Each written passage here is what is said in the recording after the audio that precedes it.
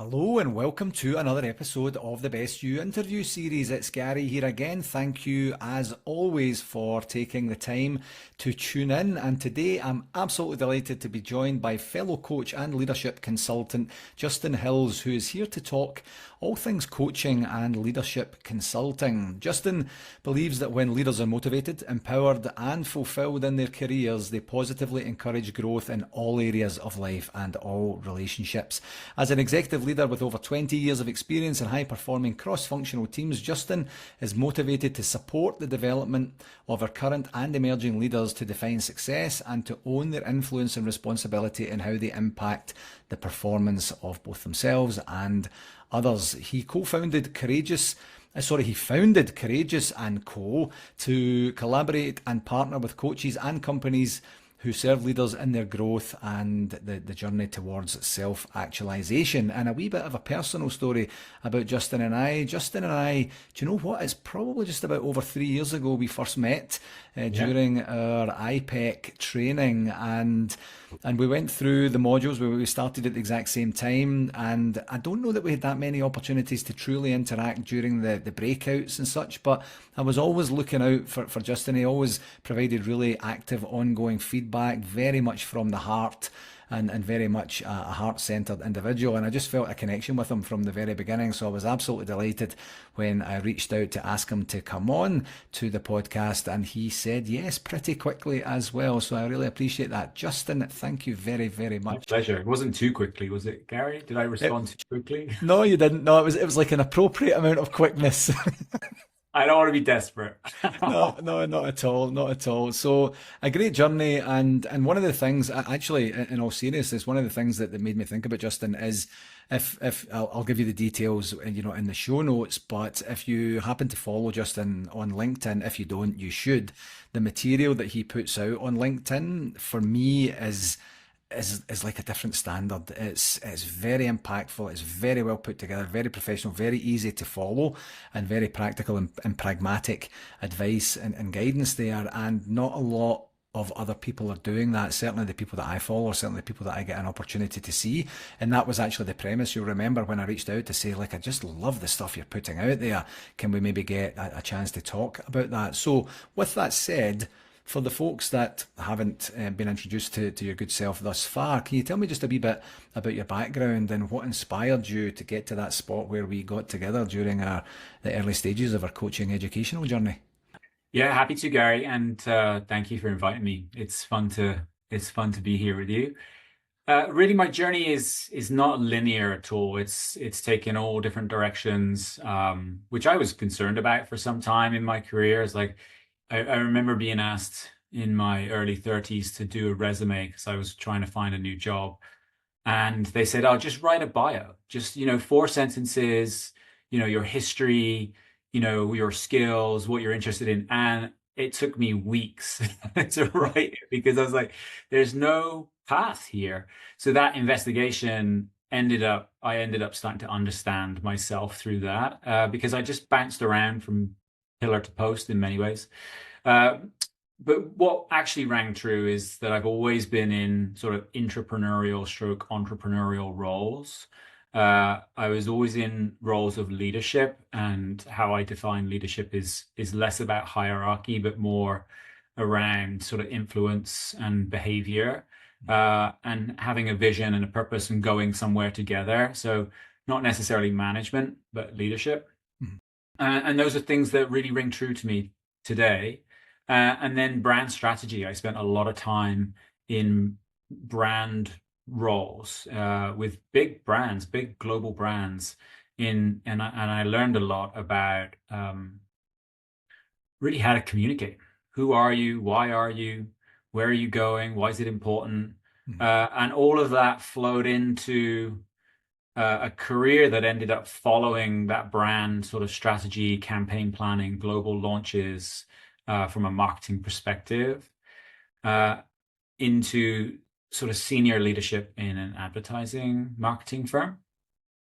And I was at a point where I was overseeing about 100 people, multiple teams, lots of high pressure situations, working with big companies like Microsoft and Amazon and all of those, like who have a lot of needs, that put a lot of pressure on you to deliver. And our team were highly ambitious and very sort of high impact sort of players, really, in their own way. Yeah. And leading those types of people was exciting. It was thrilling. I loved it. And then it wasn't. And then I was just burning out. I was just like, this can't be sustainable. This isn't Yeah. my life. And in 2020, I was on a self-development course that I was on, and through that process, I discovered that coaching was an option for me. And I'd had coaches in my life in various aspects through my career, and I'd always put them on this sort of higher pedestal than me.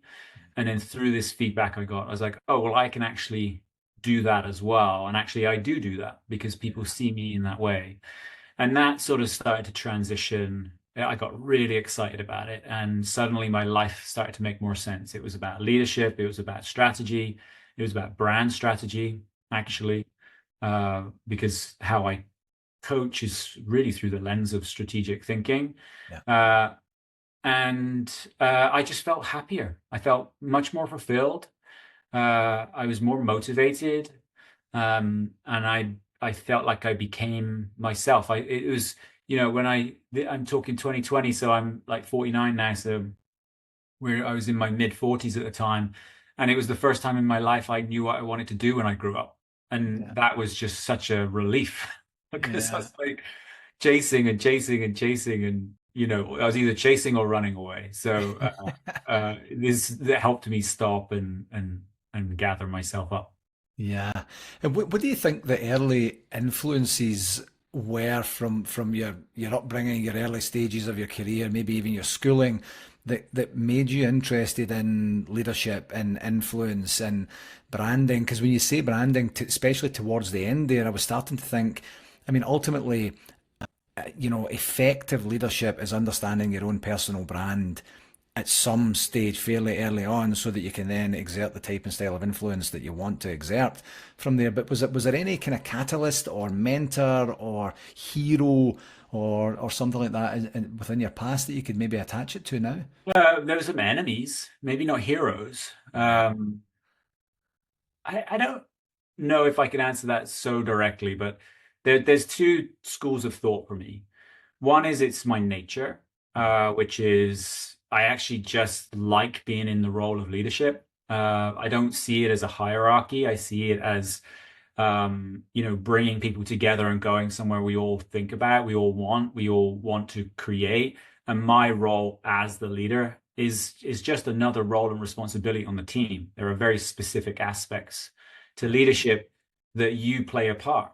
It's not a top-down thing. It's a sort of, I'm here to support as much as others are to support me. And then on the other side is that I grew up in an environment where there wasn't a lot of great mentors, not Mm. positive influences, and you know, not to get into the weeds of it all, but there were people that were very controlling or absent or unavailable or had low integrity, like and I'm glossing over the details a little bit, but Yeah. I ended up meeting every single one of those archetypes Yeah. in senior roles in companies. Right. And it just sucked the life out of the world. It just like people would just complain and sort of bitch about everybody. And it was because the leadership were these archetypes. Mm. They were aggressive, or completely distant, not engaged, not motivating. There's like a poison, the sour apple Yeah. spoils the barrel type of thing. It was that type of thing, but they were in senior roles, and it just crushed me for years. And then, weirdly enough, I'd just meet one or two, and I'm talking, less than five in my entire career, Yeah. people that truly empowered and inspired me from a leadership perspective. And those few people helped me feel like there was another way to Yeah. lead. And then I started to, read more and consume more. And about 15 years ago, I started to sort of tap into, how we lead people is a skill, actually. It's a learned skill. Some people are natural at it, but it is something that you test and learn, and you make mistakes because there is no right way to lead. There's no one way to lead. Yeah. And it's a part of who you are, and it's intentional and it's in service.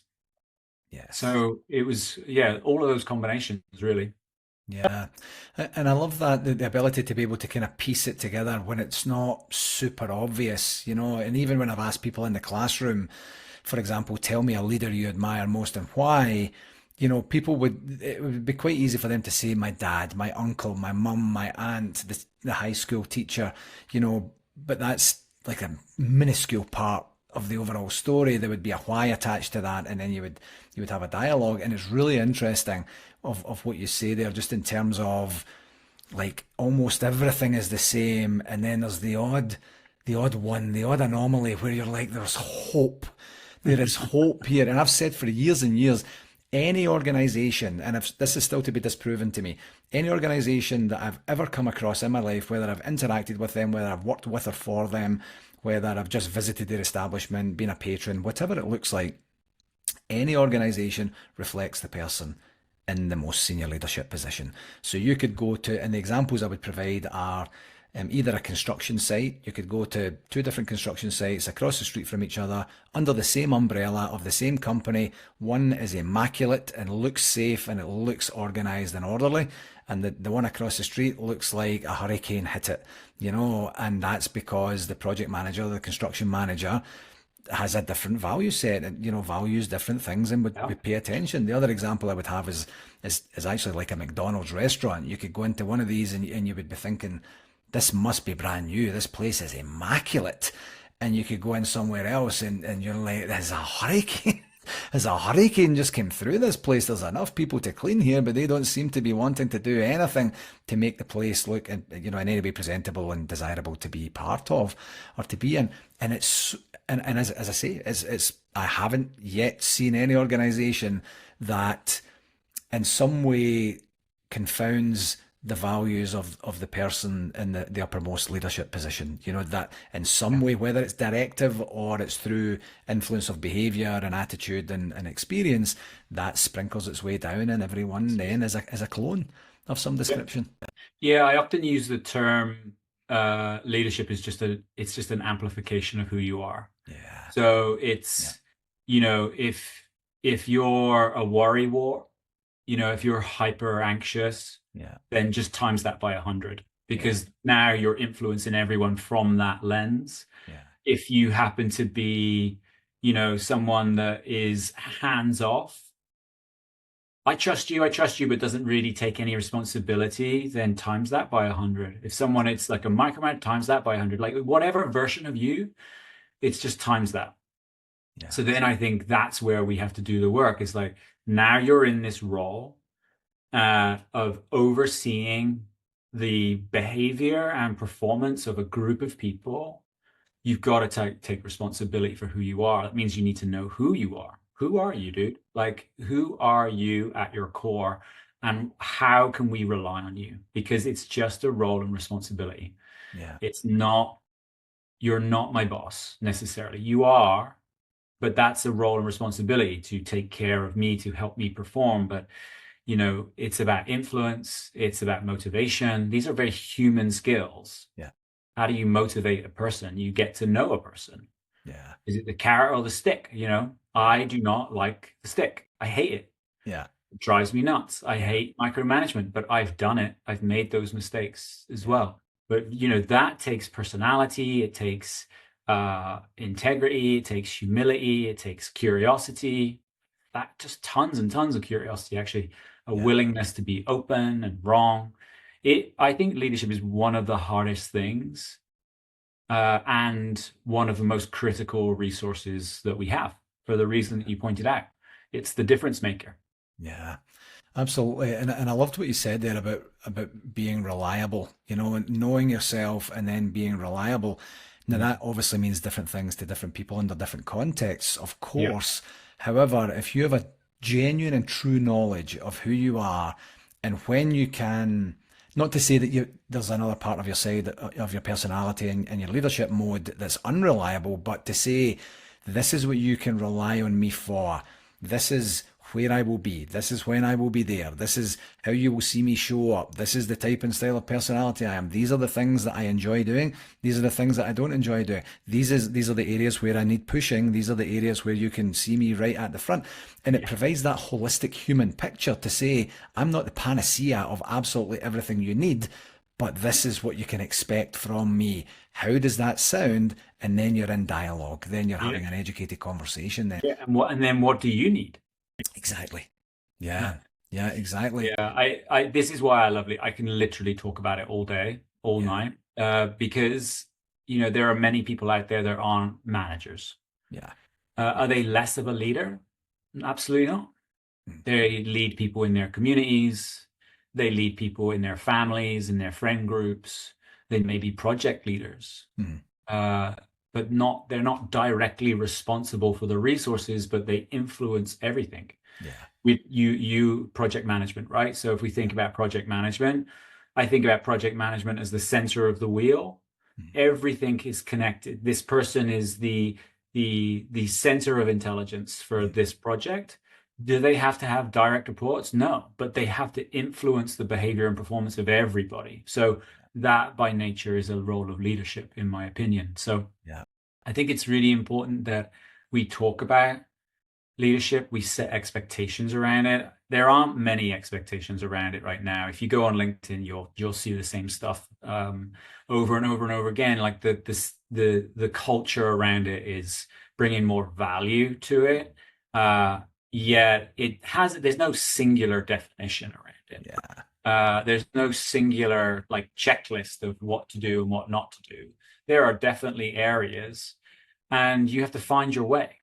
Like I had to find my way. I made every mistake you can make, as most people do that haven't been trained. Yeah. I wasn't trained until sort of later in my career. And there also is a bit of a rub for me is that, cream rises to the top, as it were, but it's people at the top get the investment.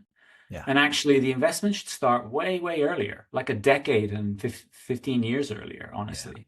We should be teaching leadership skills and qualities um, very much earlier in people's career, at a minimum, as soon as they get into people management. Yeah. Yeah.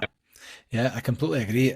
My philosophy on that would be even earlier. There's an opportunity in the high school system, even maybe even before, to say, this is what it looks like. I'll give you an example. My son Leo, I like to talk about him a lot because he's just such an inspiration to me. Every single report card and or parent teacher conference that he's had has mentioned something along the lines of he's a leader in the classroom. And I'm thinking, like, that's incredible.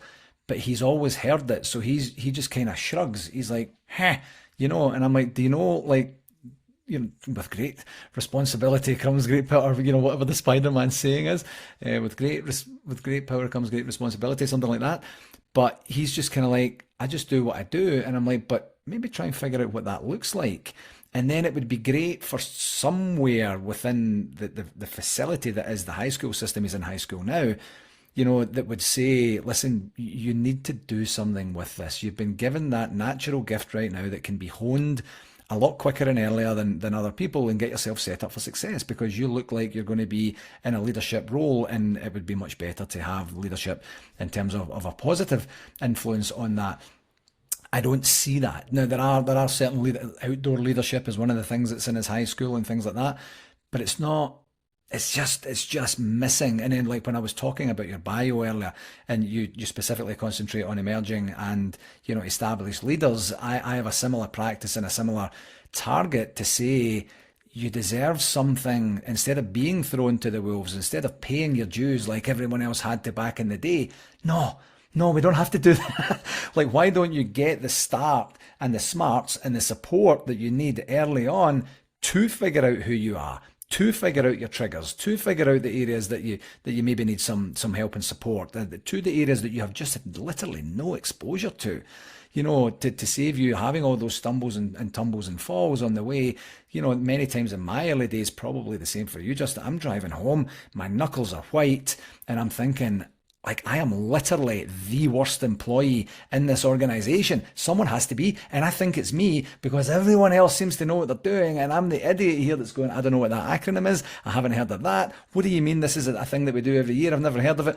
And all those insecurities, they sit deep, and it takes a lot to get out, to get them, to understand what they are, to understand what their influence and impact are, and then to actually do something about it. So I'm so buoyed by the fact that you're recognizing that and saying, let's try and, not head it off at the past, but let's provide them with some tools Well, and let's at least start. Let's like, I like the phrase all boats rise. Like let's at least build some structure around it. Like, what does it actually mean to lead a person yeah, or a group of people? Why is it important? What is the actual purpose of that? Because I've done a lot of workshops this week where, when this is being recorded, we're at the last week before the holidays, and it's actually the busiest week I've had in a while where I'm doing multiple on-site workshops, which are just really exciting for me. yeah, I like to sort of be able to use the room and use the space and use a whiteboard. I love a whiteboard session. It's like yeah, a great place to be. yeah. Uh, but the themes are the same.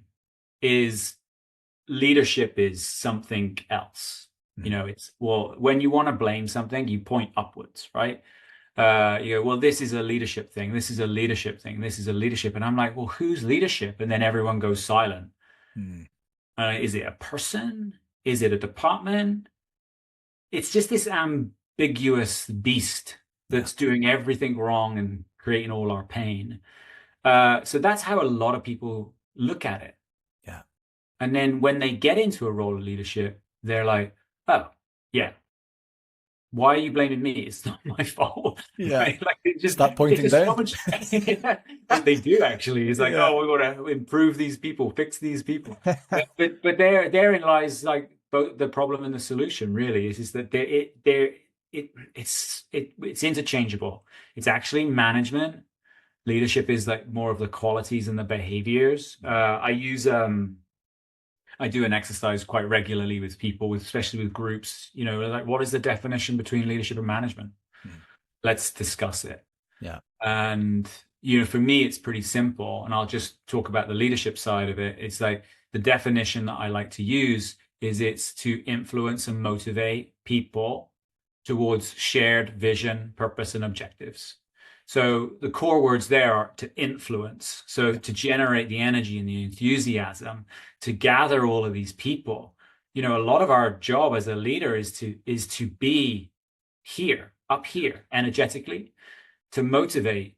You can't motivate someone by just poking them in the eye, right? You have to understand the nuances of how they are motivated. They tell you, they show you, you investigate.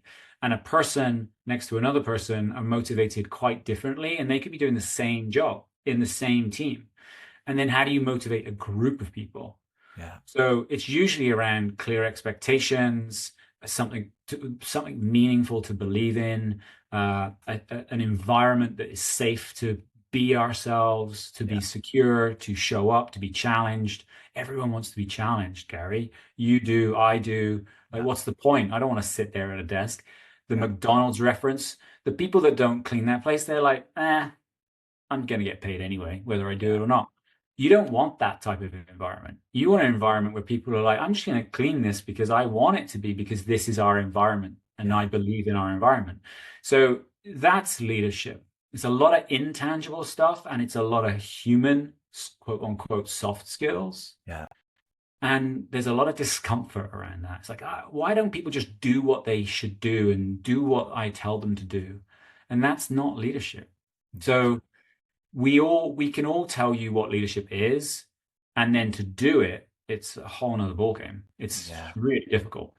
yeah, absolutely. It so is, and towards the end of my full-time project management tenure, in terms of the journey, the 30-year journey that got me to the spot before I switched over to doing this full time was I really concentrated on the experience that I wanted people to have on my projects. So the immediate team that we've assembled that are fairly dedicated or 100% dedicated, or certainly a high percentage of dedication to the project in terms of their working hours.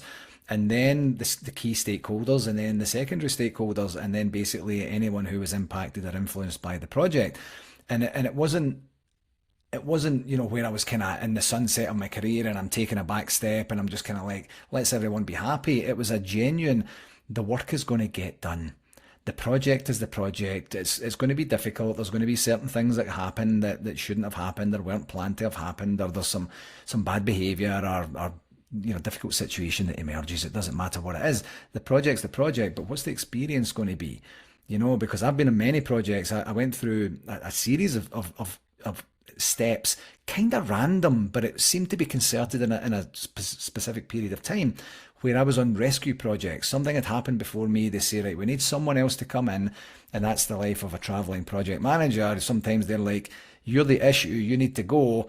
And then you end up being number four in the space of, It's like a football manager. exactly. Well, they can't fire 22 players. They just fire the coach, And so that so I ended up doing all these rescue projects, and people had a horrendous experience on it before, and it wasn't because of there was lack of communication, there was a lack of motivation, a lack of understanding why it was important, a lack of cognizance of the importance of their role on the project and what the impact would be to their daily operations, like just general human curiosity is probably the best word that you used earlier. So then that influenced my latter stages where I'm saying, right, I want Justin to have a good experience here. Like, Justin, tell me what your expectations are. These are the expectations of the project. Are there any major rubs that we need to talk about right now? You and I are good, but just please feel free to text me anytime. My phone is by my side, and creating a rapport there to say, I want you to feel heard. I want you to feel safe. I want you to feel secure, and I want you to feel empowered to be able to tell me what you need to And tell do the me. work And and do let me get the work done because all this other exactly. stuff is getting in my way. Yeah, exactly. So then you get an opportunity, and in the beginning, especially if you don't know the people, it becomes a wee bit where they're like, heard it before. There's a couple of buzzwords coming out here. Let's just the proof is in the pudding. So then on a temporary endeavor like a project is, sometimes you don't have a lot of time to create that rapport, but you can still create an experience to say, I'm going to walk the walk, and I'm going to talk the talk, and I'm going to do what I said I was going to do. And if I can't, I'm going to tell you why. And I expect the same from you. And if we don't have that, we'll That's have different types of conversations. it's really that simple, Gary. And I this week I've talked to CEOs and then junior like intern levels. Like I've had conversations with all of those, Mhm. and I would argue that I've probably had the same conversation with both, Yeah. which is uh it's okay to feel like you're making mistakes. It's okay to not know everything that you're doing. It's about setting clear expectations, uh, honoring that sort of integrity by saying, I'm going to do this by this point, and that's good enough. It's about clear communication, direct communication. It's about follow up. Yeah. It's about taking the emotion out of all the decisions. Like, I'm a Yes. bad person and, Yeah. I'm not good enough and all of the things that we deal with, and just focus on the facts to start with. Yeah. Why are we here? What is the objective of this here? Uh, what is my role in this? What Mhm. is the other people's roles in this? How clear are we? How unclear are we? Where are the gaps in information? And just tighten the information up. And that saves hundreds and hundreds and hundreds of wasted hours, Yeah. finger pointing, emotions, conflict. Just bring it back to basics, man. It's actually very simple. So but we have to do that. We have to repeat that process, and then we can bring the emotion back in terms of ambition, in terms of growth, in terms of goals, in terms of I don't know, communication, in terms of like inspiration, like those human skills back in. Yeah. But it can't be on a wobbly foundation. hundred And percent. dropping I do, and what you said earlier is really resonates with me. You can take one person out of a team and put another person back in, and it's night and day. Yeah. for good or for bad.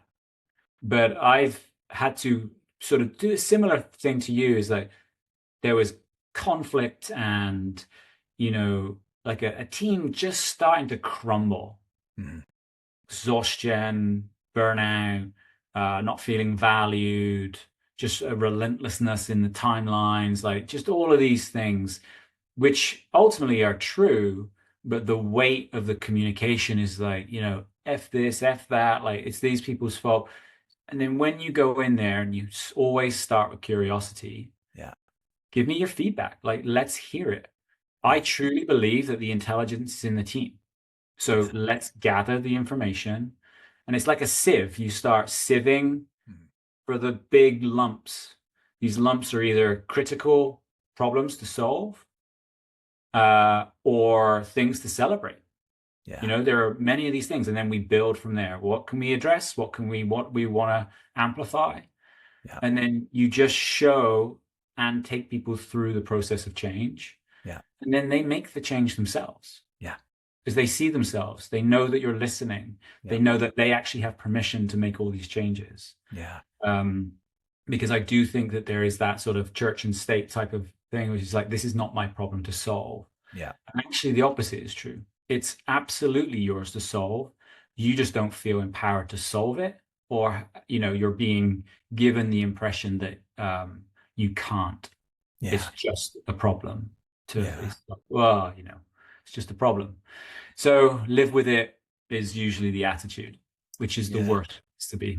And it's very demotivating for people under those circumstances as well. Back to the motivation part that you were talking about earlier. You're exactly right, and I've got this. It's almost like a comedy skit that I do when I talk about motivation in the classroom, where I say, like, motivation is not something where you're like, okay, so please don't contact me or text me between 9 and 11, sweetheart, because I'm motivating the team this morning, and I don't want to be disturbed. And this is my motivation time. And you just have to create conditions exactly as you said earlier, by listening, by testing, by trying, by observing, by taking the feedback. And sometimes being prepared for, like, what would be motivating in terms of this project, because some projects, using the project example again, some projects or initiatives are stink bombs. Like, they're not pleasant projects to be part of. They're necessary, they're regulatory, there's some sort of compliance need. It's not very exciting. So what type and style of experience are we going to have, folks? I'm going to give you the best motivating factor that I can right now. This is only 6 weeks long. We can do this for 6 weeks, can't we? And then, 6 weeks to minus, one day, minus 2 days, minus 3 days. There's always something that you can use as a grip and a hook and a handle to say to someone, let's get through this one. And by the same token, conversely, if it's a brilliant project under excellent conditions where everyone has an opportunity to grow and contribute and really see demonstrable progress in themselves and the project and the organization, let's really truly enjoy this, because we only have 6 weeks left and we want to get the best that we can out of this. So there's different ways to look at it as we go forward. So then, in terms of your coaching practice, just to kind of bring us back to the coaching, and leadership is a key focus part of coaching, to be able to help them. I didn't say exactly this on the bio, but personally and professionally, it's kind of almost one and the same. It's an experience that's not going to be completely isolated from each other. What sort of type and style of things do you see being the biggest barriers that leaders are dealing with today? Pressure. Uh, it's I don't want to generalize it, but it's complicated. Yeah, It's complex. Everything is changing. The generational workforce is changing. People's expectations of life and the workplace are changing. You've got people that are sort of coming into executive roles that have never done it before. Um, and they're like, holy hell, mm, this is hard. You know, this is this, I'm trying to be strategic. I'm trying to take us into the future, and I have to deal with all these broken souls because we're all dealing with too much. And I don't know where that comes from. Maybe it's just part of the sort of cultural shift. more channels to manage, more people to manage, more complexity, more policy, more sort of like best practice. Like there's a lot of things going on, but the pace is really aggressive. And in every industry that I work in, it seems to be the same. There's no let up, you know? So how can I have a life, be accountable for myself, really truly inspire a group of people, um, achieve our results, you know, make everyone happy, whether you're a nonprofit, so it's the board. If it's a for-profit, it's probably the board. It's like, but you know what I mean? Like, how do I actually be successful? Because I don't feel successful. Yeah. So that would be the main thing. And I relate to that a lot. I remember this was probably 2016 or 2017 that the company that I was working for, we had literally the most um, like successful year if you're looking at traditional metrics. Yeah. More clients, more revenue, more people, more work, more. And I remember getting to this time that year, and I was the lowest I've ever been. I was so exhausted, I was so burnt out, and I did not feel successful or fulfilled in any way, shape, or form. Yeah. It was just relentless. Yeah. And it was part of the change, right? It was the first, you know, domino to fall, as it were. But I just don't believe that it needs to be like that. I believe that you can be successful. Yeah. Believe you can be very fulfilled and motivated in your career. And when you are, if you're in a leadership role, you know that it's about service, you know that it's about generating the enthusiasm, it's about let's go. Yeah. And also it's about accountability and making sure that all of those other things are taken care of. It's not just, you know, optimism for optimism's sake. Yeah. But I believe you can have your cake and eat it Yeah. with prioritization and setting clear boundaries and setting expectations and working with your team and doing all the things that we talk about. But right now, I feel that most people that I talk to are just going through just a big shift. So there's more generations in the workplace right now than I think there has been in decades, Yeah. and their needs are wildly, wildly different. Yeah. And they're all in the same building or they're all in the same project, Yeah. and their expectations of communication are different. Um, and that's hard to manage Yeah. at a core level. And then you've also got to manage yourself. Many Yeah. people that I deal with are, you know, in that stage of life where they're, you know, young parents or parents in general. They're in senior roles. They feel responsible for everything. And they're like, who's taking care of me? I don't Yeah. have time for me. So my job is to help them make sense of that Yeah. and also make an impact. I like to work in a business that is focused. I can get into the business of the strategy too. Like, where are we going? Why are we going there? What's the purpose behind this? Yeah. Because often uh, our our our sort of what's the word?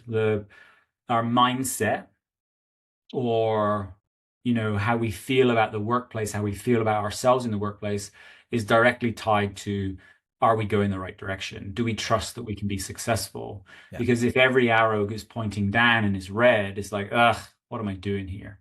Am Yeah. I the problem? So I always want to connect to business strategy, or organizational strategy, and then the executive team, and then team performance. So I like to sort of weasel my way in there Yeah. and actually touch a little bit of all of it because I really love it. Yeah. I truly love it. And I think it's about tweaking dials Yeah. versus, you know, fixing people. Yeah. So I like to be that sort of energizer bunny. Yeah. That's sort of my personality type, and I'm good at it. So it's like it's the irony of, you know, starting my own business as a coach is that I'm actually not a coach full time. I thought that that's what I was going to do. Yeah. My business is teaching me who I am. I'm a strategist. Like I'm a leadership strategist. I understand how to write strategic frameworks and generate a lot of sort of focus for a company to go those directions. And I love coaching. Yeah. So all of those overlap for me. And team performance, I don't care if you're at the top or at the bottom, I'll happily work with you. Yeah. Yeah. So, yeah, Yeah, I love the kind of wrapper that you put around at the end of, like coaching permeates everything that you're doing, but there are other services, other talents, other skills, other contributions that you can give to the organization. And one thing that actually came up for me, I used to have, I remember when I used to teach this specific course, it was leadership and management, related to project management. And I used to have this one slide, it was just a kind of table almost. And it said, these are the four things that you're managing every day. You're managing or leading. You're leading the project. You're leading the project team. You're leading the individuals on the project team, and you're leading yourself. Now great. it's not in that order. I And love that. one thing it used to make me think about when I was a traveling project manager, in terms of, I didn't travel to manage projects, but I would do a project for 6 months and leave, and another one for 18 months and leave, and a year and leave. And what it actually gave me a real good opportunity to do, Justin, was every new project, you would kind of take some of the learnings from previous times and go, I'm going to do less of that, more of that. I'm going to try this next time. So you almost had that. It was like basically kind of like almost like your informal annual performance review, or actually your annual objective setting session, where you Mhm. say, this is what you can expect from me this year. But it was a really good opportunity to sit down and say, I have holidays planned for this particular period of time. I'm doing some extracurricular schooling, so my time might be a wee bit different to be managed. I'm a single parent, so every second week I have more restrictions on my time than I do every other week. But I can, and it was a really good opportunity to manage expectations, and that kind of might be missed for regular full-time employees. They go through the various things of objective setting and performance reviews, and the various other things that would be this fabric and the structure of the HR processes that they have in place. But that genuine sit down to say, okay, Justin, January, where are we at? Where are you at? What are your expectations for this year? What can we expect from you? Anything that's going to get in the way? Any extra support you need? Anything that's in the past that we need to talk about in terms of, like, that's no longer a Yeah. factor, we're in good shape now, or whatever that looks like. And that's something that's actually really food for thought as I say this out loud, that there's a depth that maybe people in general terms don't go to, leaders and anyone else, that don't go to say, who am I going to be this year? Who do I want to be this year? How far away am I from that particular experience, that particular person? And am I able to bridge that gap, or at least move closer towards that? What do I need from my leader to be able to exact that change that I'm looking for? Yeah. Excellent. Yeah, it reminds me of a couple of sessions this week, which is to just take again the emotion out of everything because we're Yeah, so dramatized by what's yeah, going on, yeah, which is just stories, it's just narrative, yeah, it's maybes, right? So, but what are really the facts? yeah, What are what are what do I want to create? What are the and but why is it important? What are the facts of these expectations that I'm setting? yeah, The fact that you just said I'm not available these times. They're the building blocks of setting expectations. yeah, And then, in any form of professional or any relationship, you're sort of managing information up and down. yeah, So, what is the information that we're flowing from person to person? That's how we make decisions. It's yeah, how we operate. yeah, So, if we're working together and you say, I'm going to do all these things, I can go, great, because that is all inform me in this way. I'll do these things. yeah, Done. yeah, Aligned. yeah, Accountability is set. Done. When are we going to meet again? Tuesday. Great. Done. No emotion, no disappointment yeah, unless you don't turn up. yeah. Right? Yeah. Yeah. And then if you don't, that's information in and of itself, where you have that opportunity to say, you said you were going to have this done by this, state and date. You didn't get it done. Can you explain to me why? And then that's an opportunity to give a person a different experience. They might think that you're coming up here at some point, and you're going to do this thing. You don't do this thing. Help me understand that. Was the expectation different? Did I communicate it in a different way? Was there something amiss with that? If so, tell me about it. We'll manage expectations going forward. Once again, dissipating the emotive part of it as well. Yeah. So, Yeah. before I let you go, This is the Best You podcast. So, what is one regular practice that you employ on a daily or very regular basis that gives you the opportunity to be the best version of yourself? Very simple. I walk 3 or 4 miles a day. Right. It's it it is like my way of shaking all of this out. Yeah. I walk. Ideally, I'm not listening to anything. I don't have my phone, and I connect to all of the ideas and all the thoughts and all the positive stuff. So Yeah. I shake out the doubt and I can workshop things. So that's how I operate. I love it. I love it. Before I let you go, my friend, where can people find out more about you? The best place is on LinkedIn, actually. So Justin Hills, a little yellow me in the corner. Okay, sounds great. I'll put the LinkedIn link on the show notes. Justin, as always, great to see you. Thank you very much for such an informative and spirited conversation. I've loved it. Yeah, pleasure, Gary. Thank you.